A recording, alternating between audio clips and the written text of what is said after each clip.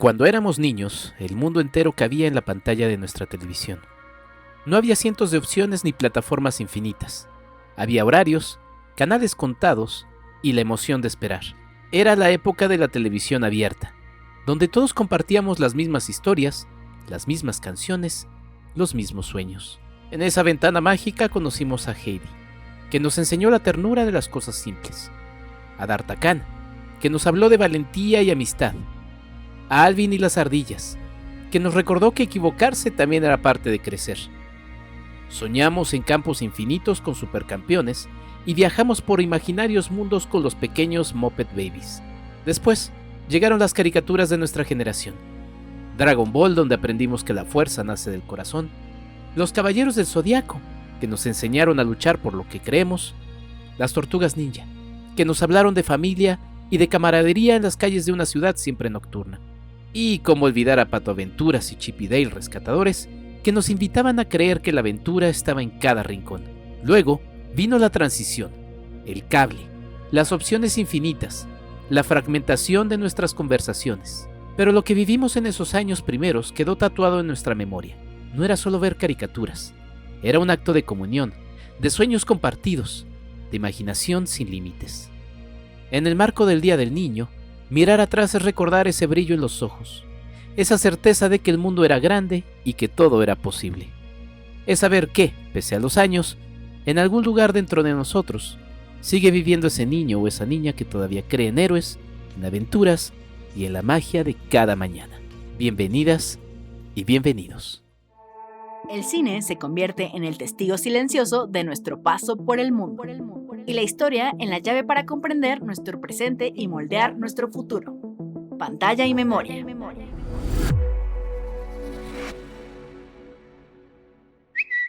@EnriqueFAMX en X.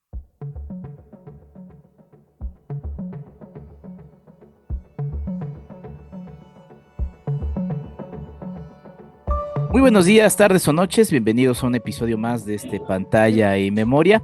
Y les doy la bienvenida a lo que ustedes justamente acaban de escuchar. Vamos a hacer pues un viaje al pasado, Sí va a ser un viaje al pasado como de mi generación. Ya escucharán las caricaturas que vamos a platicar. Pero bueno, seguramente por ahí habrá mucha gente que, bueno, según las estadísticas, pues es más o menos la gente que escucha este podcast. Entonces, pues creo que va a ser un viaje al pasado de muchos de nosotros. Y para ello tengo nada más y nada menos, y me da muchísimo gusto saludar a el profesor Nostalgia, Francisco, quien nos toma la llamada desde Quito, Ecuador. Profe, qué gusto saludarte. Hola Enrique, qué gusto, igual, gracias por la invitación, es un gusto estar compartiendo con ustedes y más que nada es un orgullo llegar hasta México con mi contenido, ¿no? Es muy bacán y sobre todo la latitud que nos une. Creo que ojalá en algún momento tengamos esto, pero creo que parte de eso, muy responsable de eso es el doblaje, entonces creo que somos todo como un gran país que asumió todo esto de la cultura pop, la nostalgia, y bueno, aquí estamos para cotorrear sabroso, como ustedes dicen allá. Exactamente, profe. Sí, pues sí, el tema del doblaje, exactamente, que creo que va a ser uno de los que va a ir saliendo, es algo que también nos une. Y bueno, en este podcast hemos tratado justamente de ir rompiendo fronteras para llegar pues a distintos espacios también. Les cuento rapidísimo, el profe Nostalgia tiene su canal en TikTok, búsquenlo así como el profesor Nostalgia. Y pues nada, también estamos como, o sea, digamos que el contenido de acá llegó hacia allá y tu contenido llegó hacia acá, y entonces a partir de eso es que hice la invitación, querido profe. Pero pues vamos a hablar un poquito, si quieres, de las infancias. ¿Cómo recuerdas tu infancia allá en Quito, Ecuador? Cuéntanos un poco también a partir de eso de ti. Tú naciste ahí, Ujú. has hecho toda tu vida por allá, no sé, cuéntanos un poco de cómo fue el pequeño, el pequeño profe Nostalgia antes de ser profe Nostalgia. Bueno, fue algo muy chévere, creo que ahí es cuando empezó todo. Nosotros creo que fuimos la última generación análoga y por sobre todo es la generación cuyos padres trabajaban, ¿no? Papá y mamá. Entonces nuestra niñera era la televisión. Mm. Y fue la televisión en una época de un proceso de globalización, entonces es como que toda Latinoamérica consumía los mismos, pero al mismo tiempo no sabíamos de eso. Y fue hermoso, simplemente fue hermoso, fue llena llena de juegos, llena de caricaturas, llena de juguetes análogos, tanto los de colección de las grandes empresas como los tazos, también los juguetes, los álbumes, las cartas. Tengo entendido que allá decían las Pepsi Cards, aquí eran McDougal, porque el McDougal es un cereal de acá que compró la franquicia, pero igual es como, es muy chistoso porque nosotros conocimos ahora es el MCU, ¿no? El universo extendido de Marvel, pero nosotros conocimos el universo de Marvel a través de las cartas y de los álbumes, y rara vez llegaban cómics acá en realidad, y era como un tesoro. Así está en inglés, no entiendas, no hayas entendido, los gráficos eran lo que importaba. Y además tuvimos la suerte de vivir una época en la que toda la cultura se desplegó a nivel global. Y eso fue algo muy interesante que no había pasado con las generaciones anteriores, porque tanto como el anime, como la animación americana, se desplegó en esa época y la consumimos igualitariamente, porque en ese tiempo no es que había una distinción de que esto es anime, esto es animación americana, esto es animación europea, solo eran dibujos animados y ya, y eso también fue chévere, porque después vinieron como los encasillamientos, pero en un principio todo era parte de un gran horario matutino o a veces diurno. También eso fue antes de la televisión con cable, después vino la televisión con cable y eso le expandió aún más. Creo que esa es una época mucho más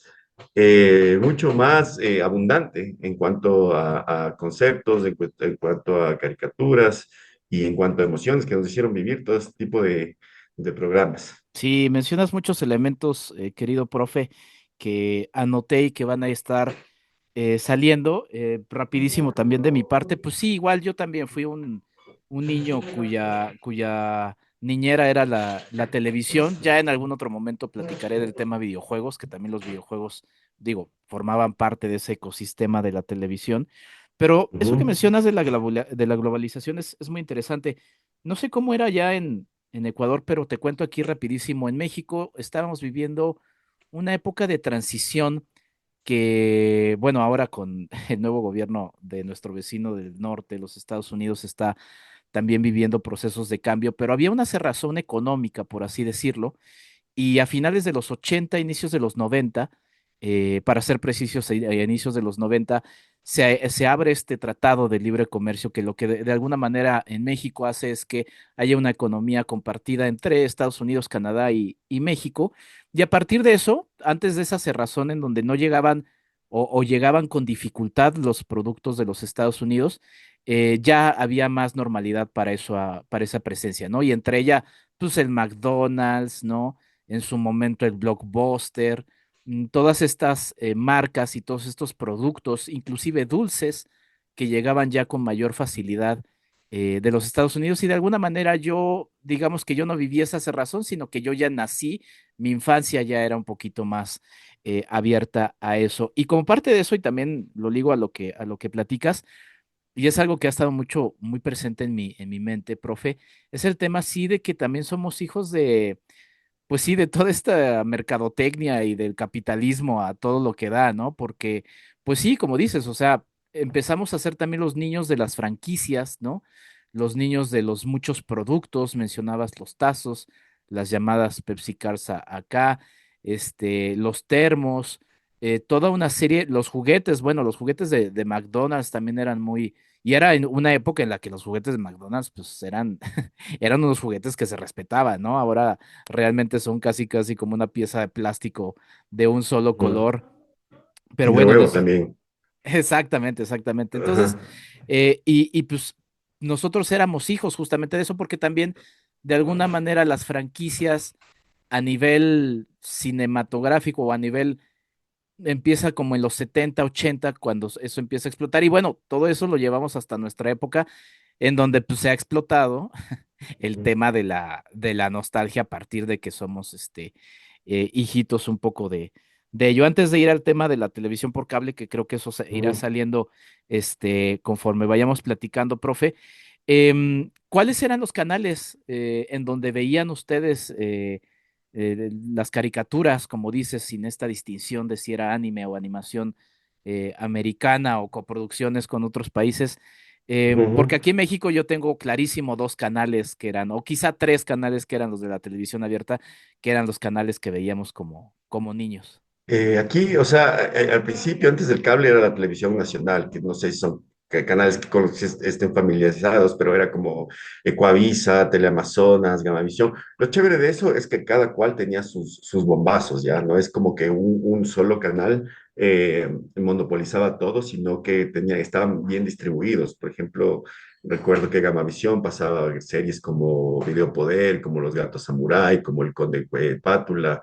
Teleamazonas pasaba cosas como He-Man, como Voltron. Ecuavisa pasaba como los Thundercats, los Halcones Galácticos. O sea, entonces no es que una sola cadena monopolizaba todo. Y también es interesante esto de los primeros animes que llegaban acá a América Latina, porque no sé si sea lo mismo allá en México o en América del Norte, pero acá llegaron muchos animes en su formato original, porque tengo entendido que al principio el anime rompía muchas de las censuras de América del Norte y por eso eran editados. Por ejemplo, uno de esos es uno de los problemas por los que los Caballeros del Zodíaco nunca llegaron a Estados Unidos, por ejemplo, porque ya eran versiones demasiado censuradas que perdían toda su alma, todo su encanto y además ese tipo de cosas. En cambio, aquí llegaron los animes íntegros.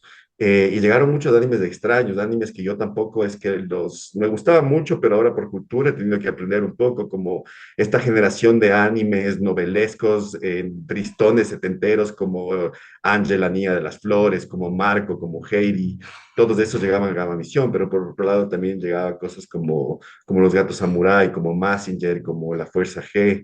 Entonces era interesante, ¿no? Como que porque venía un abanico súper extenso de animación japonesa, pero eso no necesariamente tenía que encasillarse en ciertos módulos, sino como que había de todo. Entonces, esos eran como que los primeros canales. Otra cosa interesante que tú mencionas es es esto de las grandes franquicias, porque es una suerte haber podido vivir las transiciones. En un momento a mí como que medio me rompió el corazón darme cuenta que He-Man o los Thundercats fueron series hechas exclusivamente para vendernos juguetes, pero al mismo tiempo vivimos la generación, yo le llamo la animación, no sé si hay una categoría para esta, pero yo le llamo la animación punky, la animación que no era, la animación que no era sindicalizada y que precisamente nació para romper el monopolio que tenía la animalización del sindicato. Aquí podemos ver las primeras caricaturas de Cartoon Network, de DD, Nickelodeon, que eran animaciones que no, porque en un principio, en los 80s o en general, metiendo todo el saco de la animación sindicalizada, era una animación que no solamente eran dibujos animados, el éxito de estas caricaturas también venían con cuántas cajas de cereal vendías, cuántas pijamas vendías, cuántos videojuegos vendías, y entonces muchas series exitosas o hermosas tuvieron que ser canceladas por eso, porque no alcanzaban, no venían la cantidad suficiente de pijamas o no venía la cantidad suficiente de cereales. Entonces, todos estos animadores que estaban como un poco desplegados de esto, dijeron, ¿saben qué? Tenemos que hacerlo por nuestro propio lado, ¿sabes? Nosotros somos animadores, no somos comerciantes de nada. Y ahí es cuando nacen caricaturas súper contraculturales. Creo que la primera fue Ren y Stimpy, pero de ahí es como todo un hermoso bote de grandes caricaturas como La vida moderna de Rock. O sea, creo que todas las primeras generaciones de Nickelodeon y Cartoon Network están dentro de ese saco de las caricaturas punky. Y también creo que metería la animación líquida de MTV, que fue como una escuela sensacional que probablemente no se vuelva a repetir y es algo que las nuevas generaciones no van a vivir tampoco. Es una pena por ese lado. Sí, vivimos una etapa muy interesante. A ver si quieres, vamos, porque mencionas muchos elementos, querido profe. Mira, yo coloqué y pues sí, en orden estrictamente cronológico, las caricaturas que, a ver, en ese momento me impactaron. Más allá de que, como dices, profe, ya con el tiempo haya uno revisado y dicho, ah, mira, estaban estas otras caricaturas y hagas una nueva, justamente revisión de las mismas. Yo me estoy quedando con las que de niño en ese momento me impactaron. Y mencionaste una que es Heidi, que es una Ujú. que va más allá de nuestra, porque sé que estamos más o menos en la misma, en la misma rodada, pero sé que estaba un poquito más hacia atrás de nosotros. Es una caricatura de 1974. Aquí la veíamos, aquí había dos canales, que era el canal 5. Bueno, había tres, por así decirlo. El canal 5 que era como el canal más popular, que era el canal de animación de Televisa, que pues hasta allá sé que también tiene mucho o tuvo mucha Sí, trascendencia en Sudamérica, Televisa. Y el otro, Gamavisión replicaba todo hasta ahora, todo lo que Televisa, todo lo que es Televisa aquí en Ecuador lo replica un canal que se llama Gamavisión. pues ahí está. Pues Televisa tenía su canal 5 que era como el canal, pues que también era como el canal premium, por así decirlo, y así se ha ido transformando con el paso de los años. El canal 7 que era como de la competencia de Televisa, que aquí se llama TV Azteca. Y el canal 11 que era un canal un poquito más cultural. Pero Heidi la veía en el canal 5. Era una serie que a mí la quiero volver a ver. Hace tiempo que no la veo. Es una serie que también ha estado mucho en mi mente por todo este trabajo cuidadoso y que tiene mucho que ver con la cultura japonesa, ¿no? De estos planos detenidos en donde Heidi está en el pastito o está bebiendo agua, ¿no? Que rompen un poquito con el ritmo de las caricaturas, por ejemplo, de los Estados Unidos. Pero, y ahorita justo hice un episodio reciente del estudio Ghibli y su relación con la naturaleza. Pensaba también que Heidi era justamente eso. O sea, Heidi, el drama de Heidi es que la van a separar de su amada naturaleza, ¿no? Y siempre sufre cuando, por ejemplo, no sé, hay un pajarito encerrado y dice, "Bueno, ¿por qué está el pajarito encerrado? Si tiene que estar libre". Pero a mí me producía una sensación ahí media extraña, Heidi, cuando era niño, por eso, ¿no? Porque conectaba mucho con la tristeza de aquella niña. Y si bien no es exactamente un anime, pero sí es una coproducción. Japón tuvo varias coproducciones con otros países, en este caso con España. Otra que me gustaba, y que es así hace años que no la he visto, es D'Artagnan y los tres mosqueperros, que era esta aventura pues sí, de los tres mosqueteros, pero pues eran perros, y entonces era D'Artagnan como un canino y demás. Algunas de estas que recuerdes, profe, o algún anime de esos que, como dices, pues ni siquiera estaba en nuestra mente la palabra anime, simplemente eran pues caricaturas, ¿no? Claro, claro, ese género es interesante porque aquí daban, pero yo como niño no, como que no les tripé mucho, no es que me gustaban mucho porque obviamente ahí quieres ver como que peleas, como que superhéroes, como Mm, que personas con superpoderes. Y Heidi literalmente era una novela. Aquí mencionas algo bastante interesante, que es como esta asociación con el estudio Ghibli. Y de hecho sí, había una serie del estudio Ghibli que era Conan el Niño del Futuro, ujú. que la he visto varias veces. Es súper interesante esta dinámica de volver a ver las caricaturas con tu criterio adulto.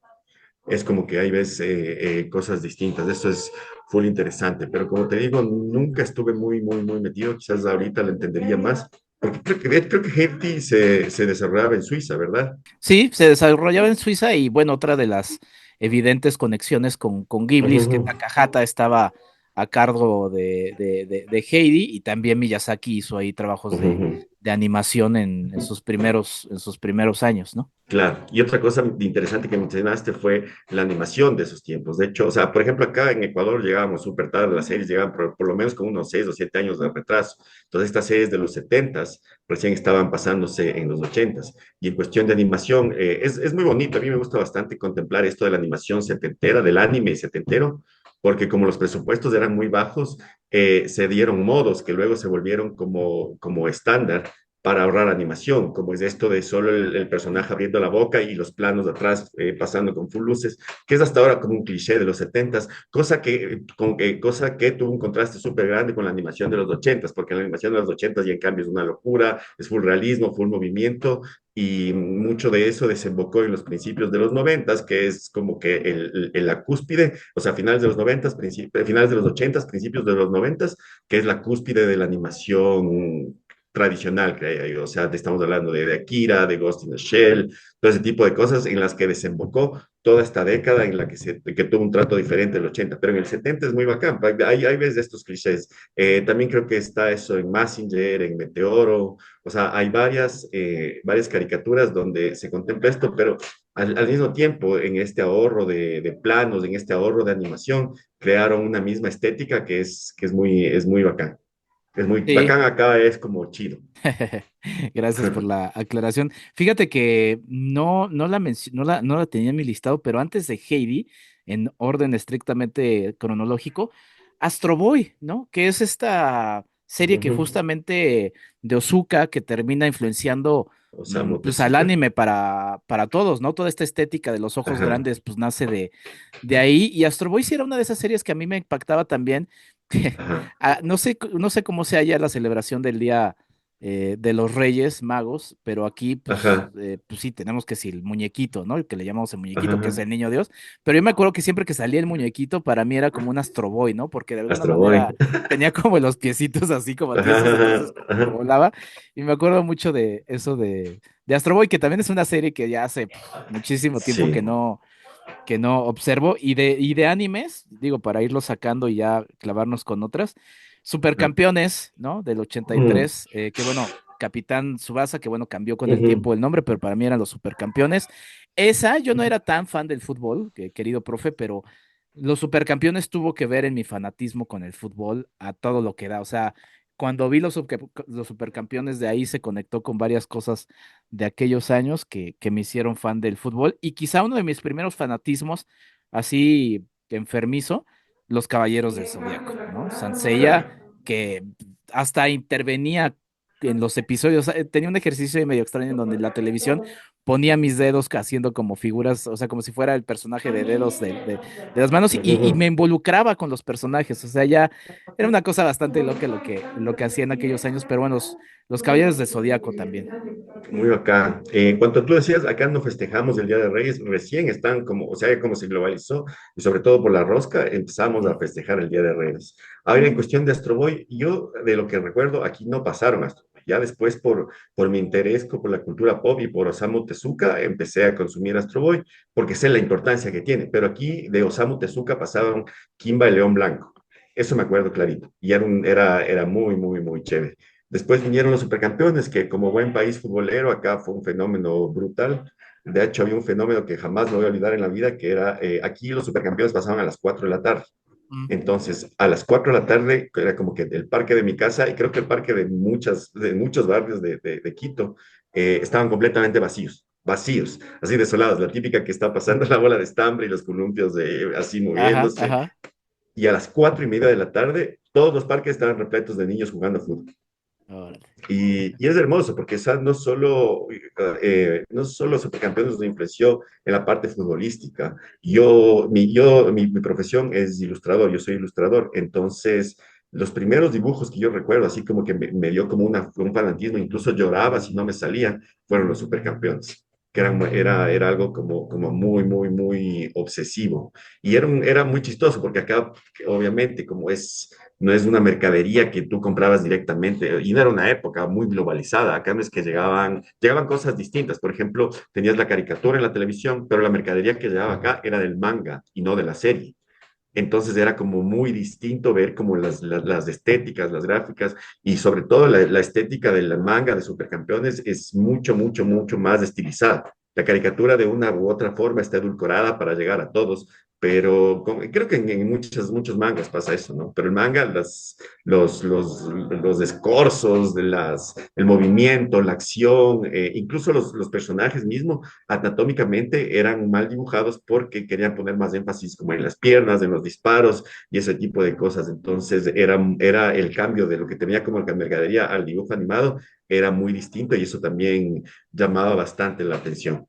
Igual con Inter- los Caballeros del Zodíaco. Los Caballeros del Zodíaco también fue como un boom súper grande. Creo que por un chiste que yo he escuchado de Carlos Vallarta, creo que a ustedes les pasó lo mismo, pero era la misma, que aquí solo compraron como que unos 40 capítulos a ver qué pasa y llegaba un punto en que la serie, aquí era la casa de Leo, aquí llegaban a la casa de Leo y otra vez se repetía toda la serie desde el principio. Pero sí fue un fenomenazo, o sea, todo, la serie, los juguetes eran caros, así que hubo muchos bootlegs también.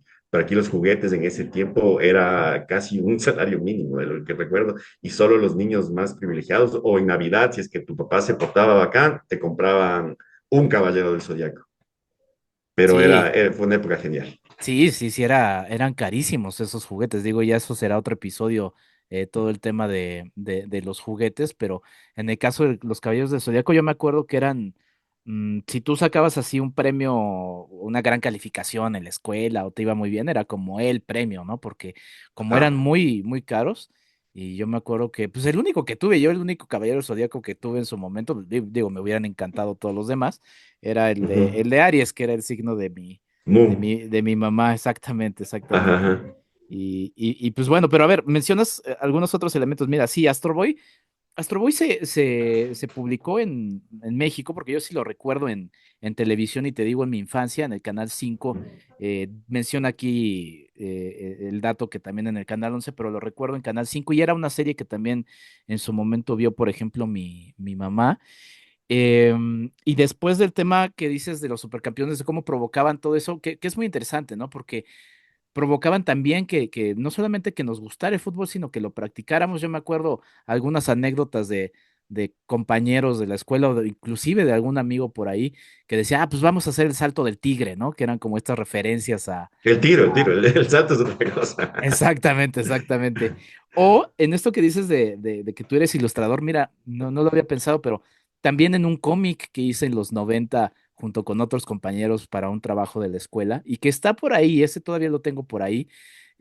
Hay jugadas como si fueran de los supercampeones, ¿no? Las Así es. patadas, eternas de 7 horas y las Ajá, canchas ajá. también larguísimas y demás, pero todo eso también influyó. Y bueno, la deformación de las animaciones ya en temas más técnicos, sí, que es algo muy interesante, ¿no? Ya lo iremos platicando con algunas otras, pues animaciones que sí han envejecido bien porque pues técnicamente eran buenas, ¿no? Hay otras que pues ya, pues nada más ahora sí que, perdón, profe, pero pues es nada más la nostalgia, ¿no? O sea, ya uno las ve y dice, bueno, pues ya no hay mayor valor en esas caricaturas. Pero sí, el cuidado que había de la animación para esos elementos es algo también importante. Y del tema de los Caballeros del Zodíaco, fíjate que yo nunca pasé a las siguientes sagas, yo solamente me quedé con la saga de los y lo reflexionaba, de la de las 12 casas, ¿no? De los Caballeros Dorados. Yo nada más me quedé con Ujú. eso. Y sí, es que era y digo, Dragon Ball podría ser también otro tema, sé que es quizá de las más populares en el mundo además, pero era lo mismo, ¿no? O sea, llegabas y pum, vale, te retrasaban como 10 20 30 capítulos. Primero era frustrante, ¿no? Pero Ujú, ya después te ujú. quedabas otra vez, ¿no? Y la veías. Claro. Y Los Caballeros sí es una que, pues, ya hace tiempo que, creo que la revisé hace unos 10 años, un poquito menos, y sí se me hacía eterna. O sea, no manches, en esta nueva revisión era estructura del episodio, era primer tercio del episodio, un recuerdo de lo que había pasado en el anterior. Segundo Ajá. tercio del episodio, un golpe, ¿no? Tercer, parte del episodio, lo que va a venir en el siguiente, y Ajá, así se ajá. te iba la vida, y sí es una serie eterna. Eran unos cliffhangers súper obvios también, así como que todo. Pero es interesante. A mí me pasó algo muy, muy chévere con eso, que era en ese tiempo, los noventas, creo que era 93 tal vez, empezaban a llegar a los primeros servicios por cable acá al Ecuador. Entonces, claro, el cable era costoso y era como seccionado, como el cable normal, el cable un poco más avanzado y el super premium, que ya era con todos los canales. Entonces, mi vecino y uno de mis mejores amigos ahora tenía dinero, era adinerado. Entonces, él sí pagaba el cable por Super Premium. Y lo interesante es que ahí venía un canal de Brasil.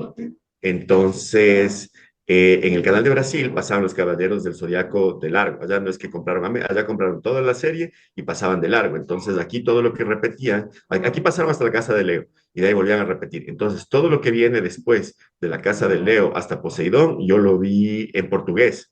Y era Órale. como que ajá, entonces en ese tiempo era como que el portugués y el español es bastante parecido, pero al mismo tiempo hay cosas que no se parecen en nada. Lo interesante fue eso, como que de paso aprendí un poco de portugués, pero más que nada el hecho de que, y eso creo que es la niñez, que no te importa, o sea, con tal de ver qué pasa hasta el final, no te importa si hay partes que no entiendes o otras cosas, pero era bacán, porque sí, entonces yo es que ahora, hasta, aunque sea una vez al año, me veo Los Caballeros del Zodiaco, toda la serie en portugués y es como recordar la infancia al mismo tiempo. Eso es bastante chévere. Órale, qué interesante ese dato. Profe, antes de pasar a la etapa justamente de la televisión por cable, ¿alguna caricatura que haya sido como tu primer fanatismo? Yo ya mencioné Los Caballeros del Zodiaco. Ujú, Otra que también fue como mi primer fanatismo en la que pues todo lo que pudiera tener a las tortugas ninja, ¿no? Aquellas ujú, tortugas ninja de 1987. No sé, alguna que tú dijeras, esta era mi caricatura o mis caricaturas de fanatismo. O sea, de mi infancia muy, muy temprana, yo creo que mis favoritos eran He-Man y los Thundercats y Voltron. Me da pena de Voltron porque Voltron se ha perdido en el tiempo. Pues, a pesar de que sacaron un reboot de Netflix en el 2016, que es hermoso, está súper bien hecho, Ujú. ha perdido un montón de adeptos. Creo que Voltron pegó más en los Estados Unidos. Aquí hay poco recuerdo de eso, pero es como a mí sí me voló la cabeza y siempre soñé, hasta ahora, es la típica, ¿no? De aliviar estas carencias de la infancia, pero algún rato sí quiero comprarme un Voltron original, porque amaba, y de hecho creo que Voltron fue el primer, no sé si puede encasillarse como tokusatsu, pero es el primer manga, el primer anime en el que vi robots ensamblándose. Había los Transformers también, pero no era lo mismo. En cambio, Voltron sí fue la primera caricatura que en mi vida que vi de robots ensamblándose. Entonces eso a Sí. mí me mató la cabeza y ya. Pero en general, creo que los Thundercats, He-Man, Voltron, de hecho los Thundercats he vuelto a ver, las más famosas las he vuelto a ver varias veces, pero, y de esto quisiera hacer un video ensayo del profesor Nostalgia, que es los Thundercats en general, porque en ese tiempo te pedían la típica, ¿no? Los consejos de He-Man y ese tipo de cosas, porque era la época de Ronald Reagan en los Estados Unidos y la esposa de Al Gore, ¿cómo se llama? Tipper Gore se llama. Ella tenía mucha influencia sobre la censura de los padres de familia. Entonces, dentro de las caricaturas indicadas, tenías que dar un mensaje positivo a la niñez para que sea aprobada por el sindicato de animadores. Entonces, por ejemplo, está He-Man con estos consejos muy obvios que ha dado al final, pero los Thundercats lo hicieron brillante porque metieron estos consejos, estos valores dentro del guión. O sea, era parte del episodio. No necesitaba al final decirte, en el episodio de hoy vimos que oye, si es que te portas mal serás castigado, sino que las lecciones eran dentro de lo que sucedía y eran lecciones súper importantes. O sea, son lecciones valiosas que ves hasta hoy. Cualquier niño, o si tú mismo te pones a ver los Thundercats ahora, vas a encontrar un montón de cosas que no solo era para decirle a un niño que coma sus vegetales ni nada, sino que aplican a la vida adulta en general. Y eso a mí me parece impresionante. Igual los halcones galácticos, creo que los halcones galácticos son los que mejor supieron capitalizar esto del mensaje a la niñez, porque ellos te enseñaban astronomía. Y eso me parece así ahora. Y ese tiempo era que, qué bacán el niño de cobre, sabe mide la velocidad de la luz. Pero ahora es como que desde chamo te han enseñado astronomía, es una locura. Órale, fíjate que ese dato no lo sabía de los halcones. Ya hace un buen que no los veo. Lo que más me queda, obviamente, es el tema musical, que Ujú. ese también podría ser otro episodio, Sí. ¿no? Intros de caricaturas, que es el famoso Allá van, ¿no? Ujú, ujú, ujú. Y me Y encantaba, una época perdón. muy rockera también. Por eso muchas de nuestras canciones son rockeras, porque la mayoría de canciones de intros de los noventas y los Sí, ochentas eran heavy metal o eran rock. Y eso y aquí era más que marcado. Tenían ¿cómo se llamaba? Vaquero, el man que tocaba la guitarra y sí, era el piloto de su nave, el Espectro. No se pone más heavy metal que eso, ¿cachai? Así, un guitarrista exacto. vaquero que maneje una nave que se llame el Espectro. Está ahí, no hay a dónde irse. Sí, muy interesante eso que dices. Los temas sí eran más rockeros, ¿no? Inclusive ahorita que había mencionado las Tortugas Ninja también tenían un tema más o menos similar. De los Ujú, Thundercats, ujú. fíjate que a mí me acuerdo y que también era interesante porque en esa etapa de transición que mencionaba entre el cerrazón económico y que bueno, no éramos un estado comunista, pero no había esa apertura que después hubo. Pero sí me acuerdo que cuando salía del cine había como más juguetes, pues piratas también que vendían, y siempre me acuerdo que las espadas, cualquier espada que veía, para mí era la espada del augurio, ¿no? Ujú, Eso me ujú. acuerdo totalmente. Y la otra vez lo estaba reflexionando en un episodio que hice sobre las tortugas ninja. Escúchenlo en la versión anterior de este podcast con Gabriel Huerta. Me gustó porque reflexionaba yo que eso me llevó a posteriormente un fanatismo que ya me agarró de adolescente, que fue Star Wars. Pero pues sí, las primeras espadas eran esa y la de Leonardo, de las tortugas ninja, ¿no? De Entonces, las tortugas, ajá, las exacto. katanas. Las katanas, exactamente. Entonces, bueno, era un tema muy interesante, pero qué padre que mencionas Ujú. eso bueno, y los memes de He-Man, pues ya He-Man se ha transformado en memes, ¿no? Ahora Sí, con sí, esas lo de lecciones los que dices. consejos, Exacto. totalmente, totalmente. Es que se presta pero hubo una época en la que antes de los memes, te estoy hablando de la época del hi-fi, así tipo 2004, Sí, 2005, que aquí en Latinoamérica, que aquí en Ecuador al menos, pero creo que era latino, había un canal que se llamaba Retro, y ahí empezaron a pasar todas las caricaturas antiguas, y entonces ahí yo empecé a grabar con los mensajes de texto, yo grababa como en ese video trucho, grababa los ajá. consejos de He-Man y luego les enviaba a todos mis amigos, así sí, pero esa era época pre-memes. Igual, aquí como somos un país pequeño, nosotros no es que recibamos la mercadería en grandes cantidades. Entonces, ahora que tú mencionas esto de las espadas y los souvenirs, al menos de los Thundercats, era muy difícil porque ni bien llegaba, se acababa. Yo Ujú. recuerdo, ahí tengo también otra cosa que curar de mi infancia, que yo siempre quise tener un león, ¿no? Y nunca pude porque siempre estaba agotado. Y la única vez que estuve a punto de tenerla, así como ya la tenía en mis manos y mis papás me iban a comprar, era como que, ¿sabe qué? Ese ya está vendido, hay que coger otro. Y me compraron un tigre, me acuerdo. Pero nunca pude tener un león ¿no? porque siempre estaba agotado. Fíjate que aquí en México sí, pues sí, la verdad es que sí nos llegaban muchísimas cosas, ¿no? O sea, de los Cazafantasmas, esta serie animada del 86, me acuerdo mucho el auto, de las Tortugas Ninja, pues nos llegaba todo, ¿no? Que si el Claro. Tortuglobo, la Tortucamioneta, la guarida de ellos, de muchos juguetes también del McDonald's, que te digo, por ejemplo, de los Muppet Babies, que también la anoté aquí en mi Ujú. lista. Cool. Pues también llegaban, pues eran peluches, y eran peluches bonitos, ¿no? Y cuando era Ujú. Navidad eran peluches navideños.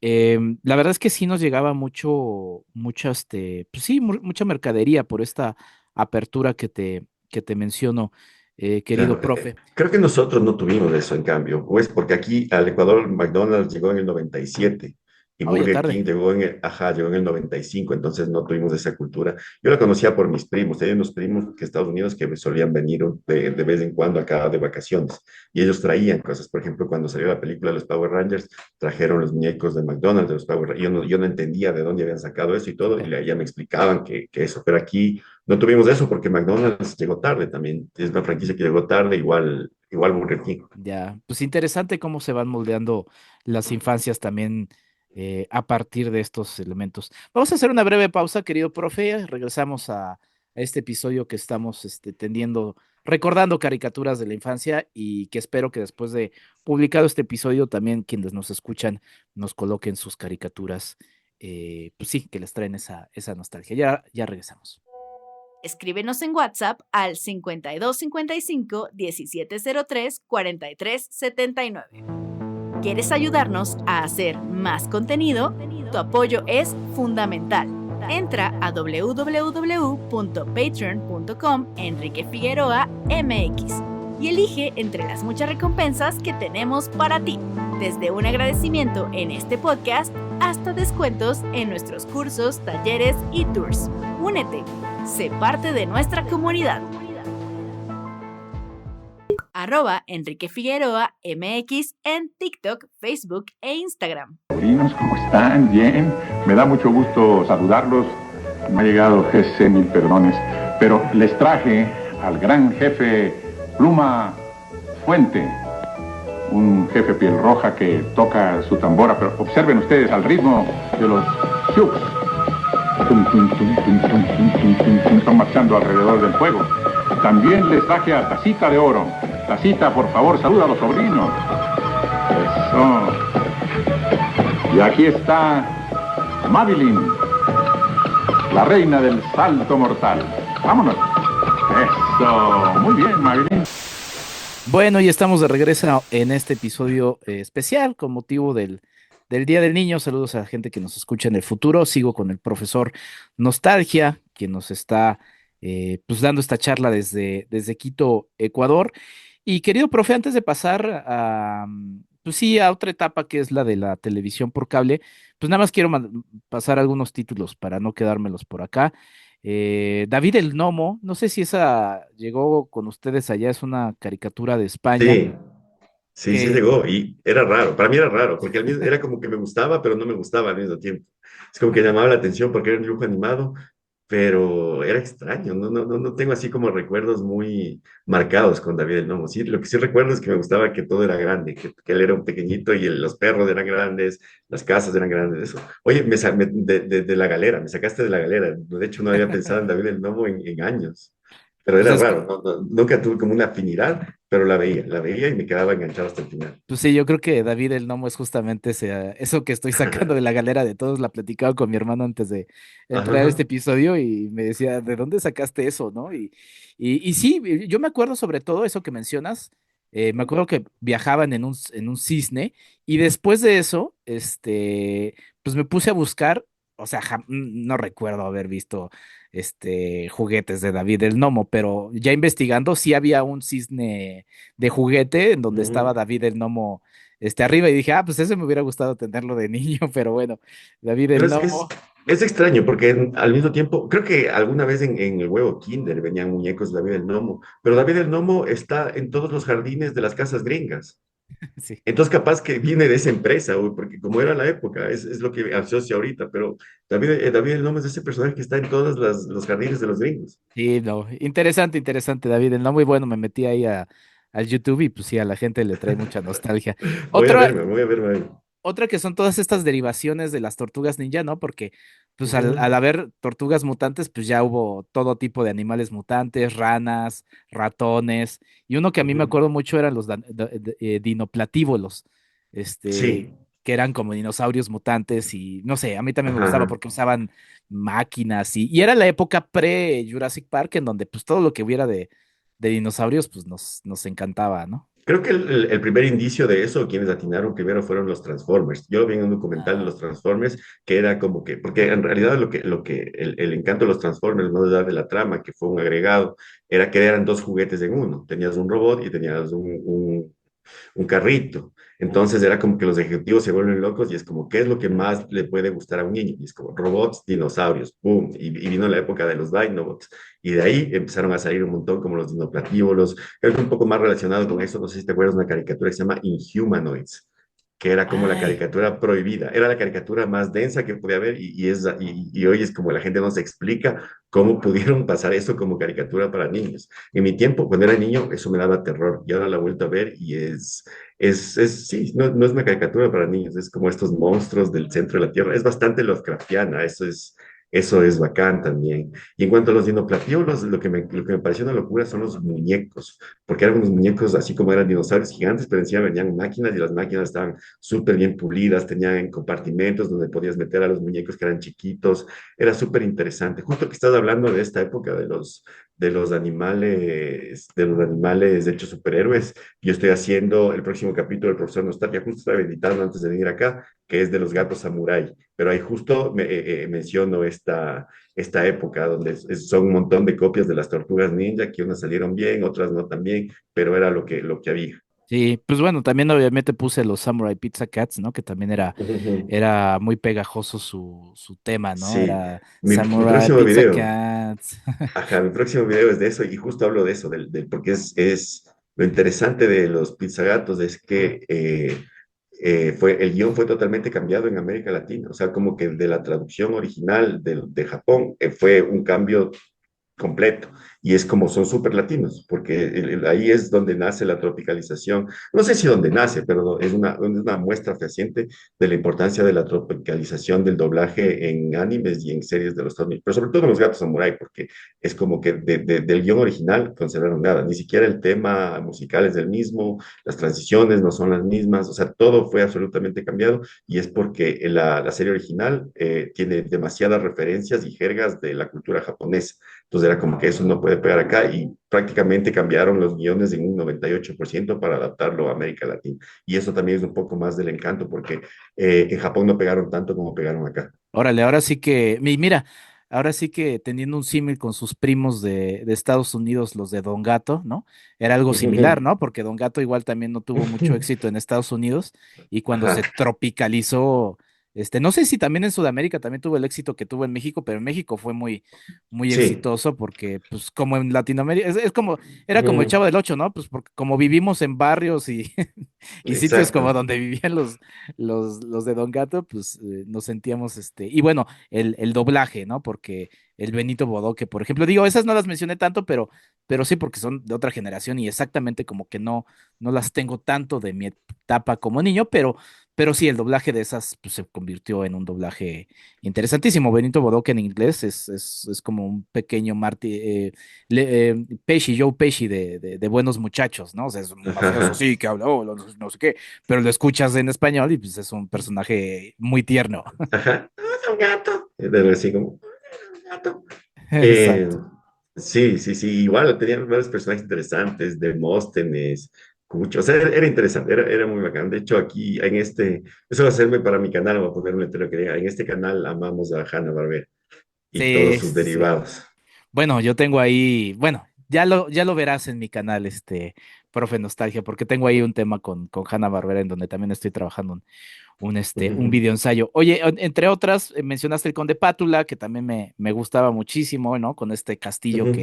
que se teletransportaba del lugar y también ahí Ajá, el doblaje también era muy específico, ¿no? Entre la sí, Nani, que era muy, muy Igor. curiosa, Igor, ¿no? Eh, El conde Pátula es inglés. ujú, Hay también hay series, como volvemos a lo que te decía, que venían de varias partes y no nos dábamos cuenta. Por ejemplo, eso ya entra dentro de la animación europea y es muy bacán cómo cambian los estilos, porque es un estilo más victoriano, si tú te das cuenta del conde Pátula. mm, Igualmente la Pantera Rosa, la original era francesa y tiene mucho del estilo y eso es un poco el enfoque que quiero dar al profesor Nostalgia, o sea, como mostrar las corrientes artísticas que sucedían, porque a la larga mucha gente se olvida de que la animación también es arte. Entonces, era mucho de los ismos de la época, de los setentas en Francia, y por eso si tú ves La Pantera Rosa, o sea, no es para nada un dibujo animado tradicional. De hecho, tiene un approach bien artístico. Si tú te pones a ver los fondos y todo, todos los fondos son como art déco y es muy bacán. Entonces, eso, también el Conde Pátula, como te decía, tiene una estética súper victoriana porque es una caricatura inglesa y es muy interesante. Pues entre esas caricaturas europeas también tengo aquí anotada Babar, ¿no? Que era una coproducción entre Bávar, Canadá ajá, y Francia. Francia, Mm, Pues no es exactamente animación 2D, pero lo puse que es ujú, Pingu, que era un stop motion, que también era de Suiza, ¿no? ajá, Y que aquí lo pasaban en el canal 11. ajá, Y bueno, pues de ahí pues hacemos otra vez nada más para cerrar las menciones a todas estas, pues sí, que eran como franquicias, que eran parte de las franquicias, ¿no? Todas las de Disney, ¿no? Chip y Dale al rescate, que era pues de los Chip y ujú, Dale originales, pero era la franquicia. Los Aventureros del Aire, que salía ujú. del libro de la selva. eh, los Tiny Toons, ¿no? Que salían Sí, de los Looney Tunes. Y ajá, pues toda la serie de bebés y niños de todos ajá, esos, ¿no? Tommy Jerry, los Picapiedra niños, o sea, ajá, todos esos eran como, que me daba claro. gracia porque era así como de cómo hacemos que Ajá, estos sean para niños cuando pues dices, pues es que las caricaturas originales son para niños, pero bueno, o no son para niños, ajá. sino que son entretenidas para niños, pero bueno. Claro, o sea, hay como algunas corrientes que mencionaste, la de Disney, por ejemplo. Todas estas caricaturas de Disney, el Pato Darwin, Pato Mm, Aventuras, Los Aventureros del Aire, corresponden a una época que se llama el Renacimiento de Disney, porque Disney había caído en un abismo en los ochentas y había presentado como ideas muy poco interesantes o muy poco empáticas con lo que el público buscaba en esa época. Y de ahí empezó el Renacimiento, me parece, con Aladino. Entonces viene Aladín y de ahí viene La el Rey Sirenita. León, ajá, La Sirenita también, pero de hecho de ahí empezaron a hacer televisión y son estas series increíbles que capaz no se vuelvan a repetir y que tienen todo, y esas sí fueron, creo que ese fue el molde del éxito en cuestión de animación, porque ellos sí tuvieron éxito en dibujos animados, en videojuegos, si vos recuerdas, el Chip y Dale, Pato Aventuras, los Aventureros del Aire, el Pato Darwin tuvieron videojuegos de Ujú. Nintendo súper exitosos. Entonces corresponden a esa generación. De me nombraste otra que también quería decirte, pero se me escapó. Voy a ir Los anotando Tiny de las que... Toons. En cambio, ya, eso es en cambio la respuesta de Warner a todo este éxito. Es interesante porque estuvieron a la par y esto creo que se enfatiza un poco en quién incriminó a Roger Rabbit, que las dos, tanto Disney y Warner, eran las máximas potencias de la animación en ese entonces. Entonces, ellos no se podían quedar atrás y lo que hicieron fue esto que tú dices, que es como eran franquicias muy antiguas, que muchas de ellas venían desde los años 30, ya era como que ya ahora hemos hecho todo, ¿qué podemos hacer? Hagámosles niños. Y ahí nacen los pequeños Picapiedra, un cachorro llamado Scooby-Doo, los Mm, Tiny Toons, pero esa es la cosa, cuando ya todas sobre todo estas franquicias que son muy antiguas, ya no saben cómo reinventarse, vuelven a la base. y la base en esto son las caricaturas de los 30, los Looney Tunes originales. Por eso los Tiny Toons llevan a la escuela a aprender de los clásicos, ¿me entiendes? Igual Animaniacs, Animaniacs, yo tengo un capítulo de Animaniacs interesante, vayan a visitarlo, es como un culto o un tributo a toda la comedia y la animación de los años 30, por eso son en blanco y negro, por eso les encerraron, por eso sus películas eran horrorosas, porque era de esa época. Entonces, es eso, es el regreso a la matriz de Warner y les dio mucho éxito de ahí. Y también esto de jugar con el absurdo, esto es algo como yo lo tengo como muy, muy, muy presente, y es que la matriz de los dibujos animados o la base, o sea, cuando los dibujos animados impusieron todas las reglas, es en la animación de los 30 donde todo es posible, donde todo está animado y donde todo es absurdo, donde nada tiene sentido. Eso es lo que son las caricaturas. Ya después es como que le hicieron más humanas, más esto, más del otro, pero esa es la quinta esencia sobre la cual se edificó toda la industria de la animación americana. Y es algo a lo que vuelven siempre, te puedo dar varios ejemplos a través del tiempo, pero es a lo que vuelven siempre y lo que siempre les funciona. Sí, sí, buen dato ese que mencionas. Eh, Sumo también Fenomenoide, que además tiene un episodio muy divertido entre los Animaniacs y Fenomenoide cuando van a buscar, Ajá, ajá. porque eran caricaturas que estaban firmadas por Steven Spielberg, ¿no? Decía producida por Ujú, Steven ujú, Spielberg, que pues también en esos años era como el héroe de los niños para el mundo del cine, aunque no ujú. supiéramos exactamente quién era ese señor, pero Ajá, pues ajá. firmaba las películas que nos gustaban de niños, y me acuerdo de ese episodio en donde van Fenomenoide y los Animaniacs con él para que les diga finalmente quién es su favorito, y pues Steven Spielberg aplica el ni los topo, ¿no? Ajá, ajá, claro, eso también. Yo no soy muy amigo de decir esto como que mi generación tuvo las mejores caricaturas, porque en todas las Mm, generaciones hay grandes caricaturas, pero creo que nosotros sí tuvimos la suerte de que nuestras caricaturas las hizo Steven Spielberg, Tim Burton, si te acuerdas de Beetlejuice, que había una claro. serie de Beetlejuice. O sea, como que algunos de los grandes directores de Hollywood, justo en esa época, se dedicaron a hacer animación y nosotros fuimos de la generación que consumió esas caricaturas. Y eso es algo bacán, inigualable, más que nada. Sí, totalmente. Oye, pues ya que estabas mencionando, y bueno, queríamos hablar de la época de la televisión por cable, yo me acuerdo un poquito de esa transición. Quizá quienes tenían más posibilidades económicas empezaban con estas antenas parabólicas que todavía en algunos edificios de la Ciudad de México pueden verse, ¿no? Que eran estos, pues sí, objetos gigantescos que captaban canales de otras partes del mundo. Y ya después, cuando se empezó a popularizar aquí en México, fue con la entrada de dos empresas. Una era DirecTV, que era una empresa de Estados Unidos que traía estas antenas pues, más pequeñas y más fácil de colocar. Y Sky, que si no me equivoco, Sky estaba ligado con Televisa, y bueno, ya era como la forma y de abaratar también los costos, ¿no? Para Ujú, que ujú. la gente ya pudiera tener acceso a estos canales. Y a partir de ahí, pues bueno, tanto Nickelodeon, que yo no fui tan de Nickelodeon, yo llegué a Nickelodeon pues tarde, y quizá por el asunto de Bob Esponja. Tengo un episodio de Bob Esponja que a mí sí, y ya no la considero una caricatura de mi infancia, ya estaba en la adolescencia, en la pubertad, pero bueno, Bob Esponja me sigue encantando, o sea, es de los productos que más me gustan en la vida, ¿no? Ujú. Eh, pero pues, sí, por ejemplo, Cartoon Network, pues estaba el laboratorio de Dexter, ¿no? Todas estas caricaturas que ya habías mencionado, ¿no? Que además era un proyecto padre que tenía Cartoon Network, porque tenían, no sé si te acuerdas que tenían como mini episodios de caricaturas que estaban como Ujú. probando, que era el famoso Cartoon, ¿no? Y de ahí nace justamente el laboratorio de Dexter, de ahí nace las chicas superpoderosas, de ahí nace Coraje el perro cobarde, que eran primero episodios así que se lanzaban como, no sé exactamente, no sé si tú te lo sabes, si era una especie de concurso que lanzaban, y finalmente quienes se quedaban, pues tuvieron la posibilidad de hacerlas ya las series en forma que conocemos más. Johnny Bravo también, muy políticamente Mm. incorrecta en nuestros Para tiempos, esta aunque tiene un época, episodio muy padre, ¿no? En el que se convierte en mujer y de sufre mujer. lo que él hace, el acoso que él hace, ¿no? Sí, sí, ciertamente.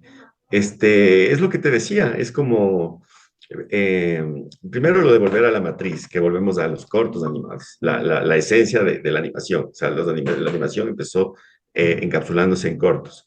Esa es una. Y de ahí, claro, cada cual presentaba sus pilotos y por eso estaban experimentando, porque todos estos animadores que empezaron en Cartoon Network, en Nickelodeon, son animadores que fueron rechazados por el sindicato o por las grandes caricaturas, porque quizás sus ideas eran muy adelantadas a su época o simplemente no les interesaba para el propósito que era vender souvenirs. Pero así empezaron, con estos cortos empezaron, no solo Cartoon Network y Nickelodeon, así empezó Beavis y Butthead también. El primer piloto de Beavis y Butthead es un desastre, pero a la larga luego se convirtió en un imperio. Y también nacen estos jóvenes talentos que ahora son dioses de la animación, como por ejemplo el laboratorio de Dexter, es el primer salto de animación de Genndy Tartakovsky, que es uno de los grandes genios de la animación. Las chicas superpoderosas, Nickelodeon también nos dio cosas espectaculares. Yo sí amaba a ambos, porque es interesante cómo Cartoon Network empieza siendo un canal que compra los antiguos capítulos de Hanna-Barbera para repetirlos, porque ya Ujú. no los pasaban en ningún lado. Y así esa fue la base de Cartoon Network, y después fue como que, bueno, hagamos nuestras propias caricaturas y empiezan a sacar eso.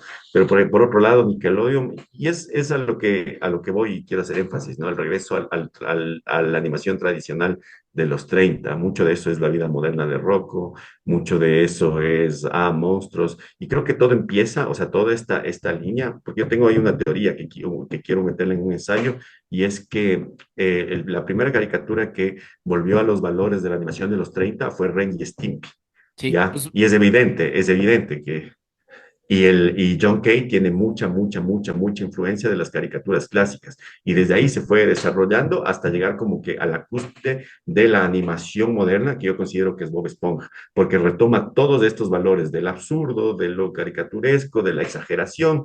Y lo perfecciona más. Pero, por ejemplo, aquí hay un intermedio, que es la vida moderna de Rocco. Para mí, y este va a ser un capítulo del profesor Nostalgia también, Rocco es el proto Bob Esponja.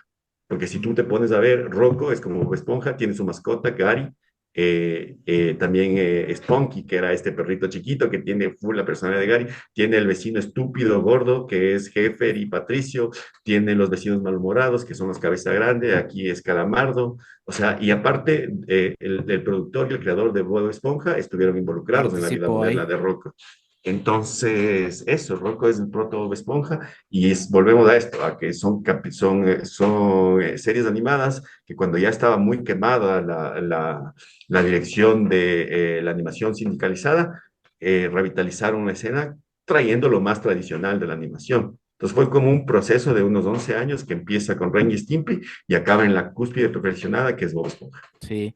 Interesante eso que mencionas de Rocco, no lo había pensado así de esa manera. Sí sabía que Hillenburg había participado en la animación de esa caricatura.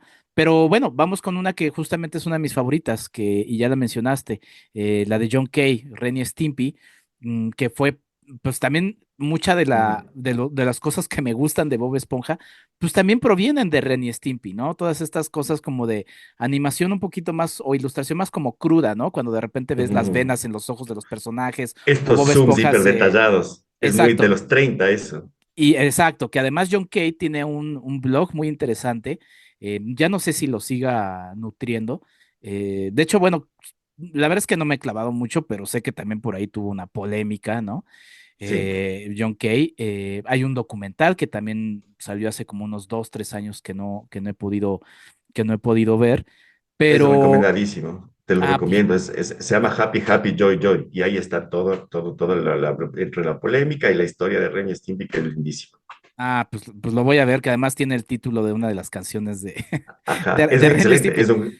es un gran documental. Es de mis favoritos de los documentales de cultura pop. Pero bueno, también chequen el blog, porque la verdad es que en el blog John Kay lo que hace es revisar justamente la animación y estas deformaciones que ya hablaba el profesor Nostalgia en otras caricaturas, justamente va hablando de eso y eso es justamente lo que le da vida a los Looney Tunes, ¿no? Que son deformaciones de animación que no le dan ese movimiento y pues sí, esa particularidad que las hace tan deliciosas y que sí han trascendido en el tiempo. O sea, esas caricaturas sí han trascendido en el tiempo. Bueno, hay que pensar que las que mencionaba el profesor Nostalgia, incluidas los Looney Tunes, pues eran caricaturas que estaban pensadas para cine, ¿no? Y que es una tragedia que no podamos verlas en pantalla grande como se había pensado, porque yo creo que sí disfrutaríamos todavía más el trabajo de estos animadores, porque pues sí, lo habían pensado para la pantalla grande, ¿no? Y no para como lo estamos nosotros viendo. Pero pues si quieres, Ren y Stimpy, vamos a hablarla porque pues sí, no era una caricatura que yo tuviera que ver a los 8 o 7 años. O sea, era una caricatura bastante enferma y Ren es uno de mis personajes favoritos. Me acuerdo mucho de esta escena en la que se está enojando, pero está tan enojado que lo está disfrutando, ¿no? Y dice, ¡ay, lo estoy disfrutando tanto! Pero pobre Stimpy. Sí, sí, sí, me acuerdo. Igual si es que son fanáticos de John Kay, él empezó en un reboot del Super Ratón, que es muy interesante porque se ve netamente su esencia. Super Ratón es una caricatura de los 50 que quedó medio en el olvido, que es interesante porque si tuvo sus adeptos, era otro formato totalmente, pero ahí hacen este lanzamiento de los 80 y le entregan el proyecto. O sea, el proyecto era dirigido por Ralph Bakshi. No sé si tú conoces a Ralph Bakshi, que No. entre otras cosas es el genio que trajo la rotoscopía de vuelta en los 80 con Ah, películas como El Señor de los Anillos, como Fire and Ice, como Fritz el gato. O sea, era más animación para adultos, pero él órale. retomó mucho esto de la rotoscopía y se valió mucho de eso. Es todo en la historia de animación, el nombre de Ralph Bakshi es súper importante.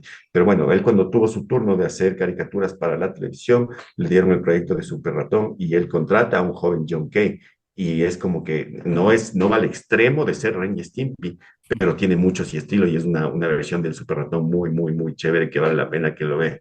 Pues ahí está la mención y pues también del documental, que el documental lo pueden encontrar ahí. Lamentablemente, igual que Ren y Stimpy, lo tienen que buscar, o sea, porque no está en alguna plataforma. Pero pues sí, traten de hacer el esfuerzo porque la verdad es que vale muchísimo, muchísimo la pena. Pues ya digo, quizá nada más voy a lanzar así hacia el final, pero ya yo creo que le haré un episodio a esa serie porque pues es una de mis series fundamentales, que es Batman, la serie animada, ¿no? Ajá. También Eso con ya es la época este, del cable. que sí, aunque yo la vi en el Canal 5 si no me Ah, sí. equivoco, yo la vi en el Canal Ajá. 5 que era la televisión, más bien todo lo de Cartoon Network y lo de Nickelodeon, ya eso sí lo vi y Ujú. nada más rapidísimo, porque sí, digo, para cerrar el paréntesis de la televisión de cable que decías, MTV, ¿no? Porque MTV también tenía no solamente Beavis and Butthead o Daria, sino que también, no me acuerdo inclusive si también Ren y Stimpy lo llegué a ver en MTV, ahorita me estoy haciendo la pregunta, Ujú. pero también tenía como cositas raras como el chico migraña, ¿no? O sea, eran mini Ajá. cortitos, que pues también era muy, muy interesante pues de la época y cuando, bueno, principalmente en TV pasaba ese tipo de cosas y ya después degeneró en una cosa horrible que ya nadie quiere ver actualmente. Bueno, sí, más bien la gente sí lo quiere ver, pero Claro. bueno, ya uno ya no. Creo que fue con las demandas de lo que pedía el mercado, pero más que nada MTV sí fue como, creo que ellos fueron los más vanguardistas en cuestión de animación, porque obviamente ellos no tenían que responder a un mercado infantil, sino solo estaban como viendo salidas por donde podían hacer dinero. Entonces, obviamente sí es Vives y Butthead y todo, pero de ahí sacaron cosas alucinantes como The Max. No sé si te acuerdas de The Max No. que era un superhéroe morado que tenía como unas tenazas en las amarillas en las manos y era como una especie de Hulk gigante, pero al mismo tiempo no es que era un superhéroe per se, sino que era la alucinación de un vagabundo. Entonces, Órale. eso me va era súper interesante.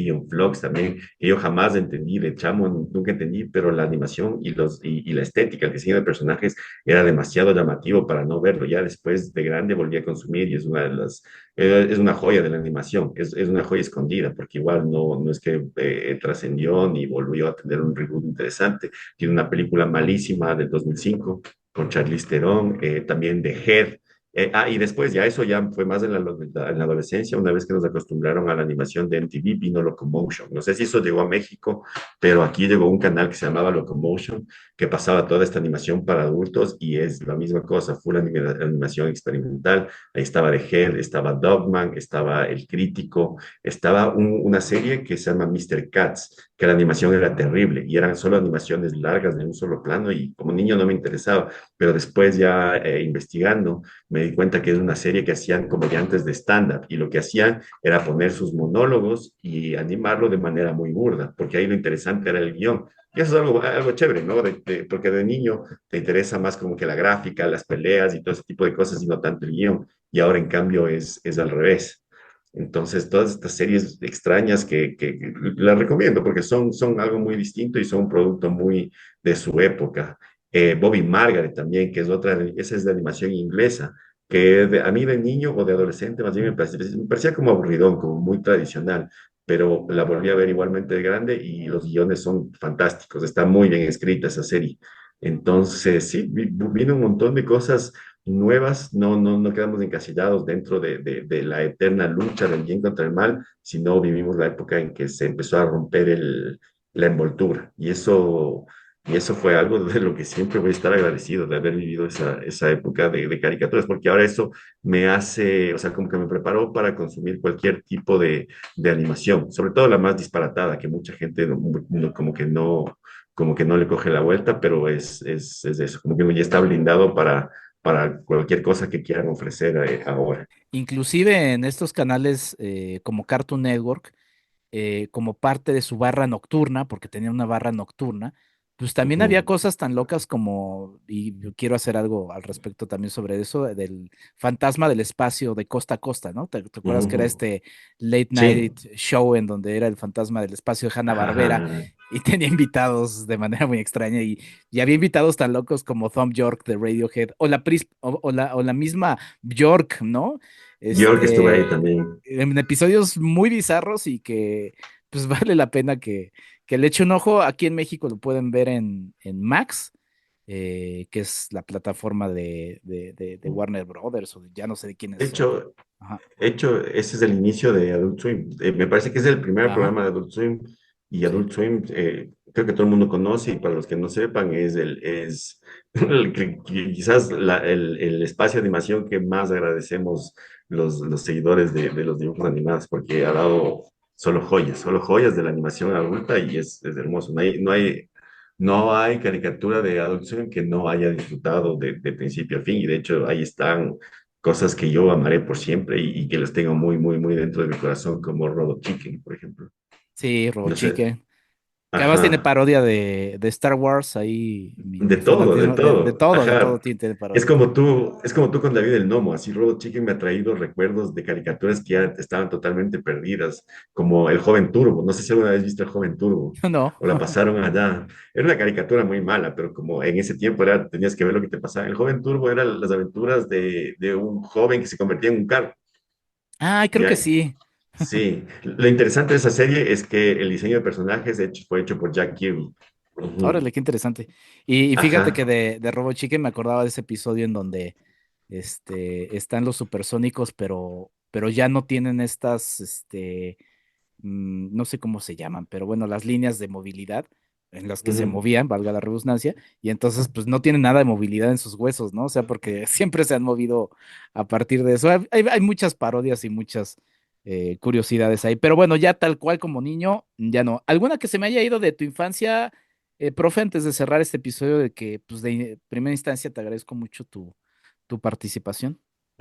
Chuto un montón, así como de la lista, más bien Dices, pues nos tengo un queda. canal de lo que hago de eso todo el tiempo. Claro, claro, es que las caricaturas de la infancia son un montón. En ese tiempo uno tenía tiempo para estar a cada rato frente a la tele, entonces sí, que las que mencionamos son como las más conocidas, pero ahí la lista será extensa, como desde la abeja maya hasta, qué sé yo, ¿cuál fue la última de la niñez antes de convertirme en adolescente? Seguramente fue como la época de Warner, así tipo Animaniacs, Fenomenoide, ahí ya empecé yo a entrar en la adolescencia.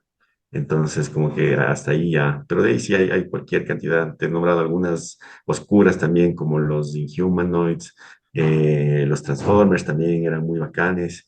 ¿Qué más había de esa época? En cuestión de anime, capaz se me está quedando algo. El Ninja Kamui, Mazinger Z, tantas que ya se me escapan en general. Pero sí, las Tortugas Ninja creo que fue como el corazón de mi niñez. Eso sí, como que la que más disfruté, la que más amé y la que más llevo hasta ahora, creo que sí son y siempre serán las Tortugas Ninja. Sí, las tortugas ninja que han pues logrado de alguna manera trascender.